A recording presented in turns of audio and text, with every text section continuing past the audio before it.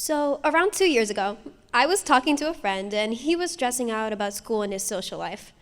I remember asking him why he wouldn't cry or show any signs of weakness at all. Now, he just often talked in an upset tone while his face was emotionless. He gave me a response that I still think about to this day. He looked at me and said, "Because my parents want me to be perfect." Now, at first, I had no idea what he meant by that. I mean, wasn't showing your feelings and emotions supposed to be normal? What does he think it means to be perfect? Today, I decided to look into this more, and what I found was, in the end, comforting. Today, I'm going to be explaining what perfectionism is and going more in depth with the negative impacts of perfectionism. Now, what even is perfectionism? To figure this out, I searched up on Copify.com, and what showed up was a list of things to learn and do. Now, when I saw this list, I thought to myself, this is not what my parents taught me.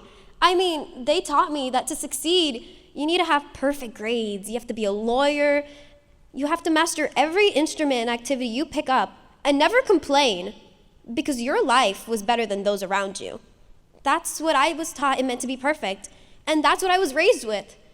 And then I realized how ridiculous my list was. Not only that, but how ridiculous parents have been to teach their children what perfectionism is. Not only parents, women and men are depicted in movies where the heroine is a damsel in distress and the man is tough and never vulnerable. Advertisements show that there's a specific body type people have to be, and if you aren't that body type, you aren't perfect. What you wear either makes you fit the aesthetic or make you look completely ridiculous. Being perfect, is that even possible, and what is the reality of a society that believes it is so? Now, perfection is in the eyes of the beholder. Therefore, one who believes one thing may be perfect can be entirely different for another. In a way, perfection and beauty go hand in hand as they're both advertised and shown in the way people see them, and they can be completely changed over time. People that have strived to be perfect for so long can feel so vulnerable and feel they're not good enough when they can't achieve what they want to perfect. People can get this need for many reasons: validation, love, comfort, self-worth, but it'll never just come out of nowhere. And people can get it from such a young age as well. As fifth grader Haley McGee ran home crying one day because she had received an A- on her report card. She grew up in a setting where she had to be an overachiever, as that was the only way she could receive the love and validation from the adults around her. So getting an A- was seen to her as a failure. Her self-worth diminished and went down so much because of what was on that paper. Someone so young lost all of her confidence because of an A-. Now, let that sink in for a moment. A fifth grader lost all of her confidence because of an A-. Someone so young lost all of her feelings of self-worth because of a piece of paper. Now, as Sue has stated, setting high standards and aiming for excellence are proven to be positive traits. But perfectionism itself is a dysfunction because it's underscored by a person's sense of themselves. They had a part of themselves that they didn't like and decided to fill in that void by being perfect. In a way, it's a coping mechanism that constantly repeats itself. Now, this cultural phenomenon has started because of modern parenting and social media. And when we ask our parents why we need to be perfect, they say, and I quote, "Because it's a booming society and the job you want will always be taken by someone better than you are. That you'll live on the streets, you'll never be good enough, and..." I think I just gave someone deja vu. Crazy, right? The problem with perfectionism is that it never comes from nowhere. It can come from a person's self-worth of how they feel like they're not good enough. It can come from disapproval from parents and perceived disapproval from society.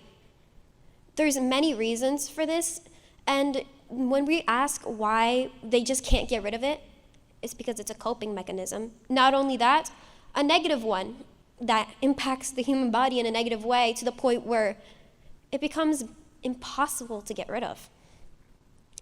Now, these can have many negative effects.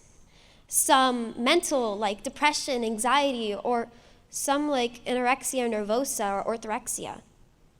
But It'll never come from nowhere, and there will always be a negative impact to it.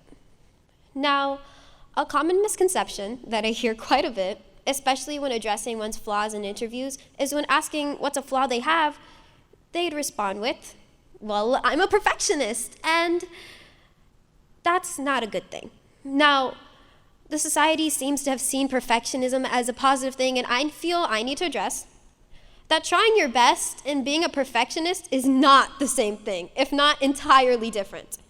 Trying your best is going past your boundaries in an understandable and a healthy way, understanding your limits, and being proud of what you've accomplished.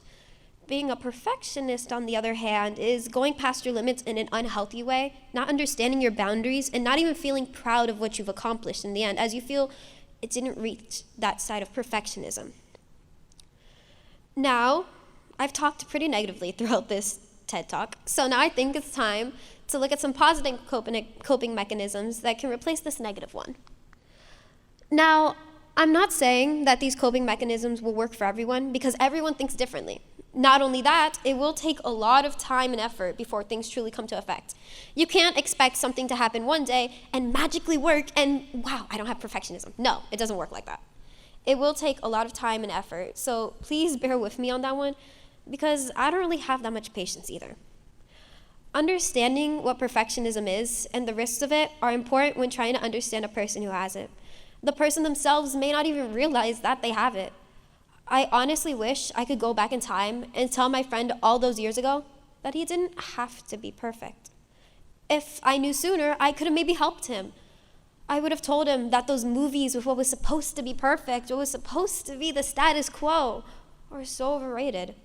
I'd tell the girl with the A- that those grades don't define you. Even if it's hard at the moment from wherever you are, just know that you'll be okay. Simply put, being perfect is so overrated. Thank you.